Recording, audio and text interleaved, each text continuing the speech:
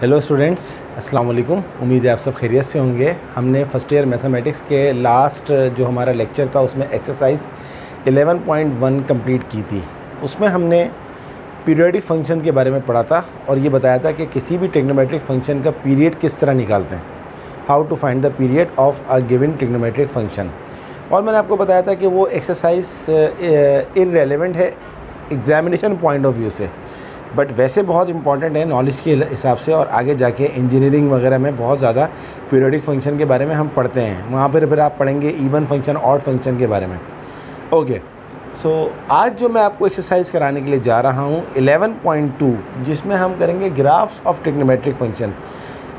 हर साल एक question graph का ज़रूर आता है और ये इतना आसान टॉपिक है कि student easily 10 out of 10 marks ले लेता है, बट उसको थोड़ी सी जो बेसिक नॉलेज है अबाउट गिवन ट्रिग्नोमेट्रिक फंक्शन अगर वो आ जाए और किस तरह टेबल बनाते हैं गिवन रेंज के हिसाब से, अगर वो आ जाए तो काम बहुत ही आसान हो जाता है। देखें, क्वेश्चन नंबर 1 लिया है मैंने, draw the graph of sine theta where. अब बहुत सारे स्टूडेंट को ये पढ़ना नहीं आता, ये क्या लिखा हुआ है।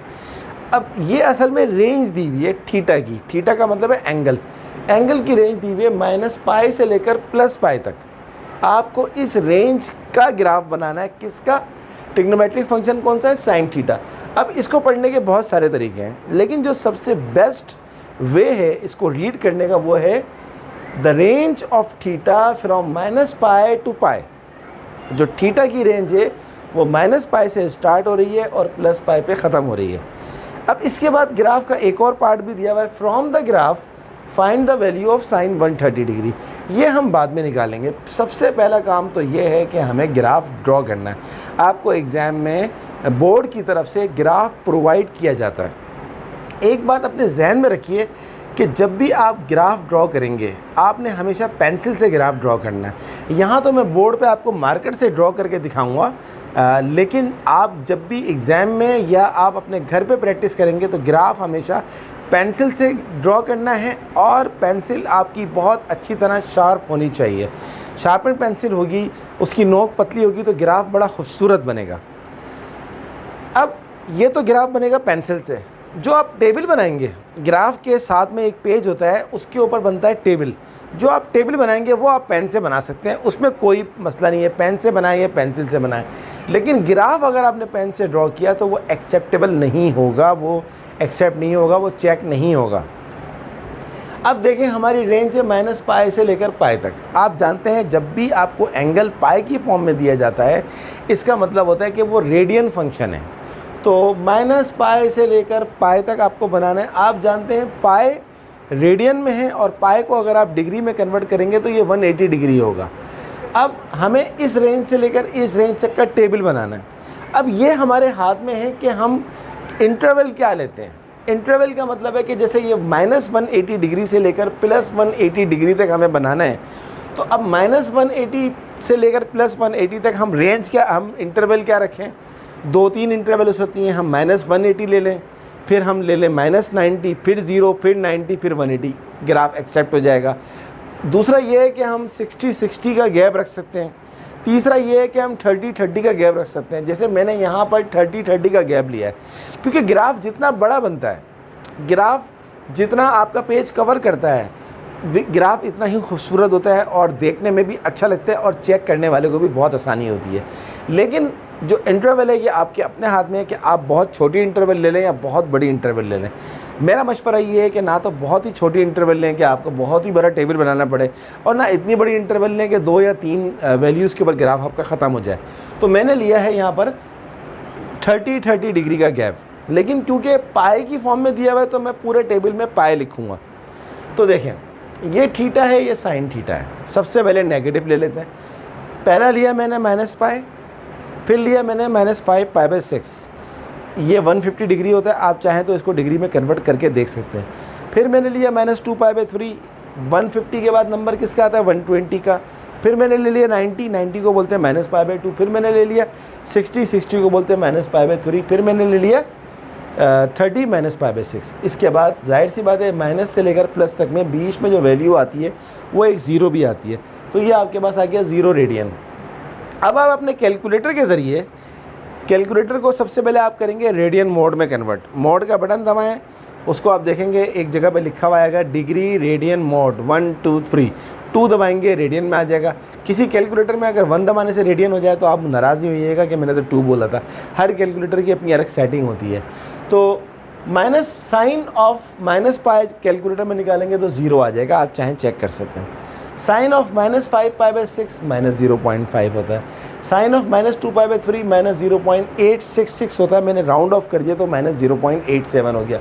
Sine of minus pi by 2 यानी कि साइन ऑफ माइनस 90 डिग्री -1 होता है, आप चेक कर सकते हैं। Sine of minus pi by 3 minus 0.87, sine of minus pi by 6 minus 0.5 और साइन 0 0 ही होता है। लेकिन हमें तो जो वैल्यू चाहिए वो चाहिए माइनस पाई से लेकर पाई तक। तो अब हम आगे बढ़ते हैं। मैंने ये टेबल में ये वैल्यूज़ मुझे यहाँ पर इस तरह लिखनी चाहिए थी, मैं इसको लिख देता हूँ दोबारा।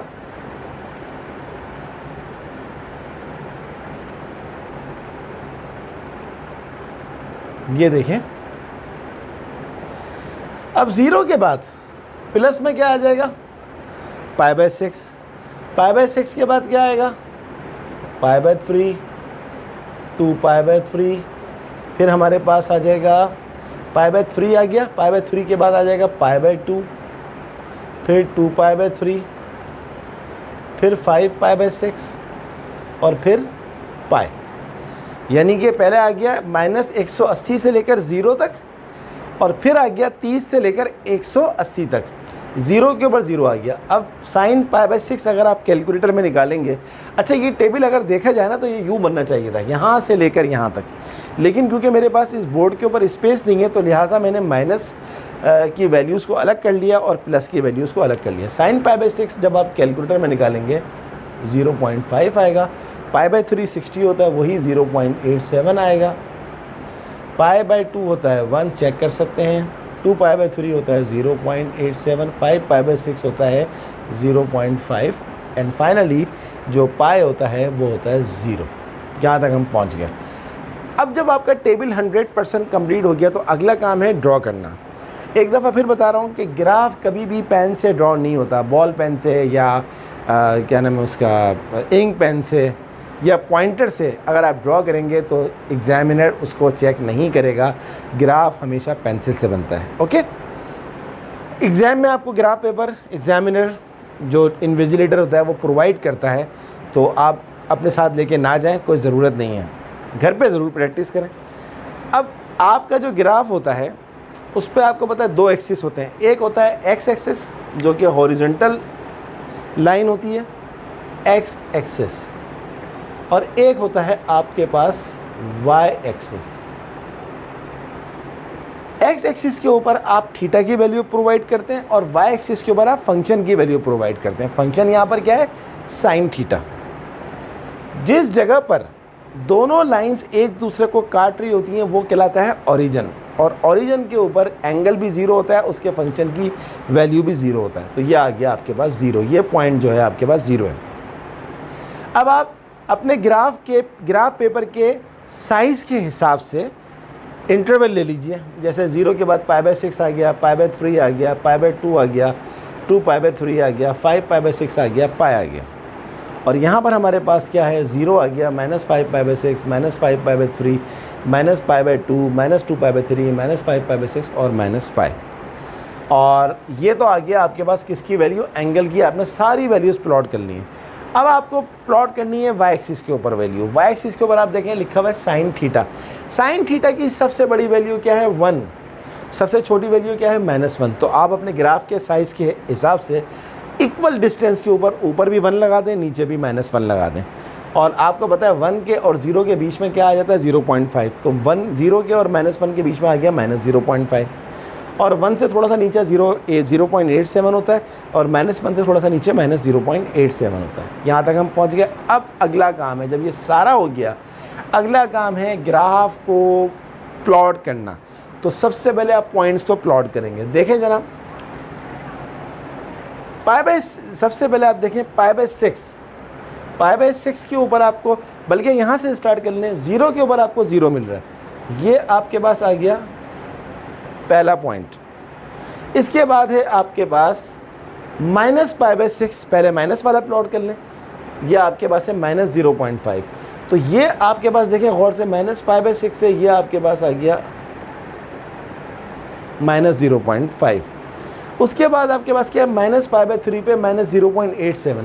तो -π/3 पे नीचे आ जाए तो ये आ गया हमारे पास। देखिए मैं कोशिश करूँगा कि बहुत एक्यूरेट बनाऊँ, बट क्योंकि ये बोर्ड है, ये ग्राफ नहीं है, तो इतना ज़्यादा एक्यूरेट नहीं बनेगा। -π/2 पे क्या है 1, -π/2 पे ये आ गया, सॉरी -1 है, ये आ गया। इसके बाद -2π/3 पे -0.87, -2π/3 पे है -0.87, -5π/6 पे है -0.5, यह आ गया -5.6 पे है -0.5, और -π पे है 0, तो डायरेक्ट इसी के ऊपर प्लॉट हो जाएगा। ये आपके सारे नेगेटिव पॉइंट्स प्लॉट हो गए। अब बात करते हैं पॉजिटिव पॉइंट्स के। π/6 पे है 0.5, π/6 के ऊपर है 0.5, तो अब आपको ऊपर जाना पड़ेगा क्योंकि पॉजिटिव वैल्यूज़ हैं। π/3 पे है 0.87, π/2 पे है 1, 2π/3 पे है फिर 0.87, 5π/6 पे है फिर 0.5, और पाई पे है 0। ये सारे के सारे पॉइंट्स हो गए प्लॉट। अब आपने इन सारे पॉइंट्स को ज्वाइन करना है। याद रखिएगा स्टूडेंट्स, ज्वाइन, अगर आपने स्केल से स्केल रखा और इन पॉइंट्स को मिला दिया तो आपको एग्ज़ाम में 0 मिलेंगे, क्योंकि कर्व कभी भी पेंसिल स्केल से जो है स्केच नहीं करते। कर्व हमेशा फ्री हैंड अपने हाथ से ड्रॉ करते हैं।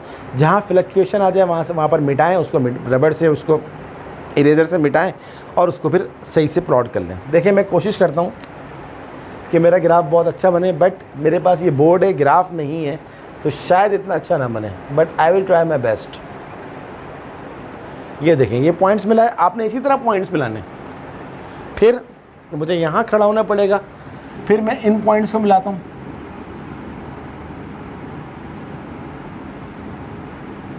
ये देखें, ये मेरा पॉजिटिव पॉइंट्स मैंने मिला दिए।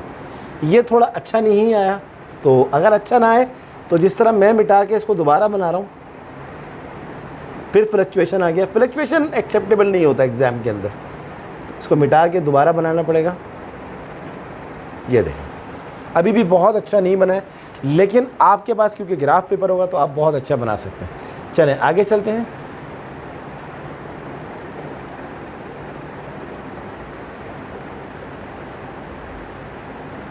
ये आ गया, this is our graph of sine theta. कोशिश करिए कि मैंने कि बहुत स्मूथ बनाऊं, बट इतना सक्सेसफुल नहीं हुआ।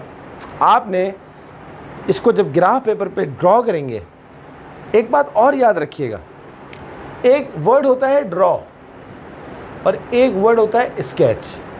मैथ की बात हो रही है।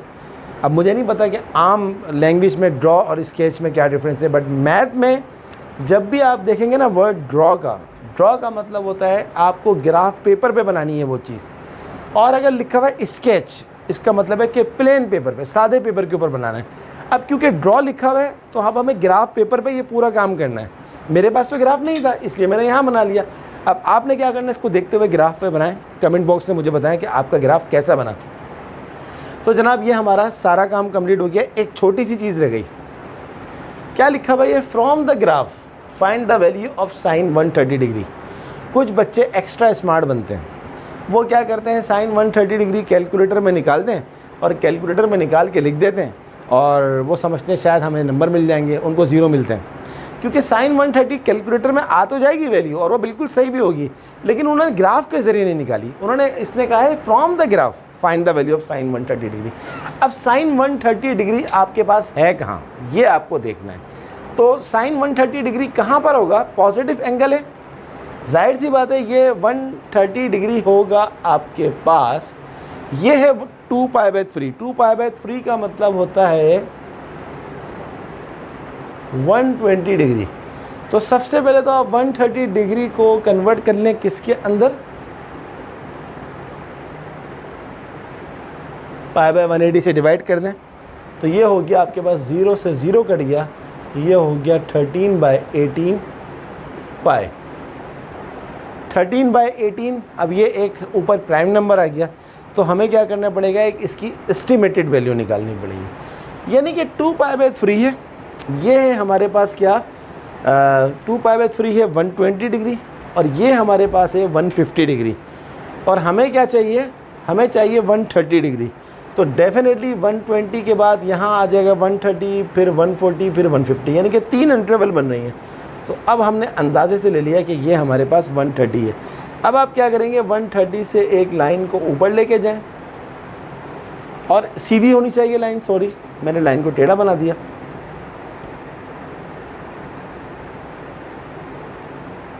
ये देखिए, जितनी सीधी होगी भी इतना अच्छा होगा। और फिर आप क्या करेंगे,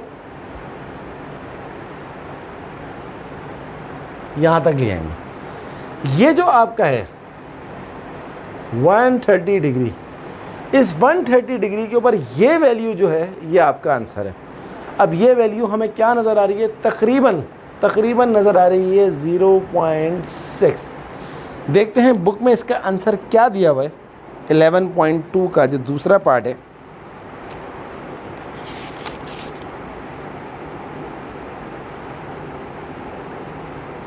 नहीं दिया हुआ, लेकिन आप समझ जाएं कि ये तकरीबन जो है 0.6 आ रहा है। और आप जब इसको ग्राफ पे बना देंगे तो और अच्छा बनेगा। तो आप लिखेंगे फ्रॉम द ग्राफ साइन 130 कितना आ रहा है, 0.6। डेफिनेटली 0.5 से ऊपर ही जाएगा ये। तो जनाब ये था हमारा ग्राफ किसका, साइन थीटा का। और ये आपने इस तरह की सेटिंग बनाई। एक और सवाल करते हैं इसी एक्सरसाइज का। अब सवाल चेंज कर दिया उसने, साइन थीटा की जगह पर कॉस थीटा आ गया, और साइन 130 की जगह पर कॉस 70 आ गया, और रेंज वही है -π to π। लेकिन जाहिर सी बात है, अब क्योंकि कॉस थीटा है तो कॉस थीटा के ऊपर जो है अब डिफरेंट वैल्यू आएगी। ये आपके पास आ गया कॉस, और ये सारी वैल्यूज़ अब रब करनी पड़ेंगी, क्योंकि ये सारी वैल्यूज़ जो मैंने निकाली थी ये साइन थीटा की वैल्यूज़ थी। ग्राफ बिल्कुल सॉरी 5π/6 और पाई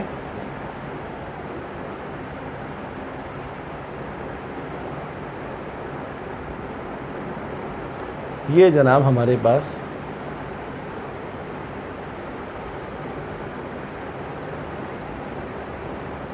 कॉस थीटा,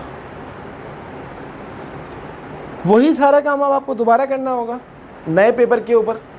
मैंने तो काम चला लिया इसी टेबल से, क्योंकि रेंज यही है तो इसलिए मैंने इस टेबल की इस वाली थीटा की वैल्यूज़ को मेंटेन रखा। अगर कुछ और रेंज होता तो फिर मैं नया टेबल बनाता। अब आपको ढूंढना है sine cos minus pi. Cos minus पाई जब आप कैलकुलेटर में निकालेंगे तो आपको मिलेगा 1। कॉस -5π/6 जब आप कैलकुलेटर में निकालेंगे तो ये आपको मिलेगा कॉस 150 कॉस 30, तो ये मिलेगा आपको 0.87। ये मिलेगा आपको 0.5, ये मिलेगा आपको 0, ये मिलेगा आपको 0.5। आप चाहें तो चेक कर लीजिएगा। ये मिलेगा आपको 0.87, और कॉस 0 होता है 1। आप चाहें तो चेक कर सकते हैं। कॉस π/6 जब आप निकालेंगे तो ये हो जाएगा 0.87, 0.5, π/2 होता है 0, 2π/3। ये जब आप 2π/3 निकालेंगे तो ये हो जाएगा -0.5, और जब आप 5π/6 निकालेंगे तो ये हो जाएगा -0.87। और कॉस जो पाई होता है वो होता है -1, और कॉस माइनस पाई भी -1 होता है। क्योंकि कॉस के साथ अगर माइनस की साइन हो तो माइनस की साइन को हम कंसीडर करते ही नहीं हैं। तो आप कैलकुलेटर से निकाल के इसको वेरीफाई ज़रूर करिएगा। देखें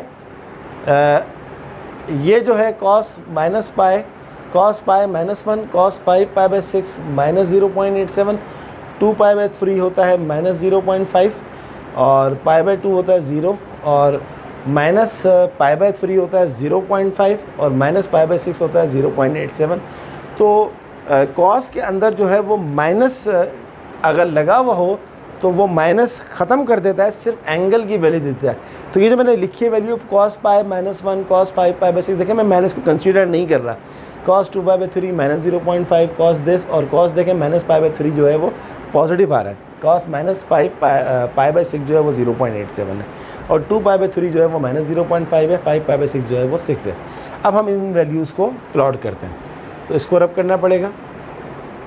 सिर्फ हम इस कर्व को रब कर रहे हैं, बाकी सारी चीज़ें ऐसे ही आएंगी।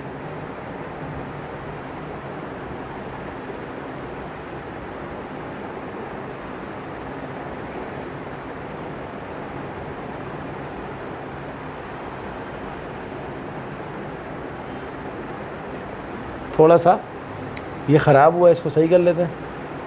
मैं चाह रहा हूँ कि एक ही जो मैंने लाइन ड्रॉ करी है उसी में ही सारा काम हो जाए, क्योंकि वैल्यूज़ भी ऑलमोस्ट सेम है। चलें जनाब, स्टार्ट करते हैं यहाँ से। सबसे पहले हम ले लेते हैं, यहाँ से स्टार्ट करते हैं। 0 पे क्या नज़र आ रहा है आपको? cos 0 होता है 1, तो पहला पॉइंट तो आपके पास जनाब ये आ गया। -π/6 के ऊपर होता है 0.87, -π/6 के ऊपर होता है 0.87, तो दूसरा पॉइंट आ गया ये। -π/3 पे होता है 0.5, तो ये -π/3 के ऊपर आ गया 0.5। -π/2 के ऊपर होता है 0, ये 0 आ गया। 2π/3 के ऊपर कितना नज़र आ रहा है? -2π/3 पे -0.5, तो ये हो गया जनाब -0.5। और -5π/6 के ऊपर कितना है ये? -0.87, तो ये आ गया जनाब -0.87। और पाई के -π के ऊपर कितना है? -1, तो -π के ऊपर आ गया जनाब, यहाँ तक पहुँच गए। अब ये वाली सारी वैल्यूज़ प्लॉट हो गई। अब हम यहाँ आते हैं, यहाँ पर π/6 के ऊपर कितना है? 0.87, अब ये आ गया। π/3 के ऊपर कितना है? 0.5, 0.5। π/2 पे कितना है? 0। 2π/3 पे कितना है? -0.5। 5π/6 के ऊपर कितना है? -0.87, थोड़ा और नीचे ये आ गया।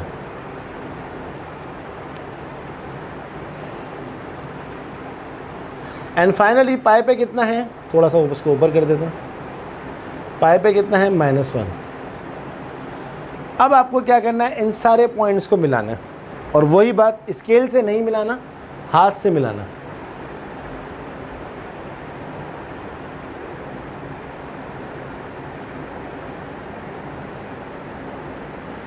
ये आ गया जनाब। फिर इन पॉइंट्स को मिला देंगे आप। मुझे इस साइड पे आना पड़ेगा।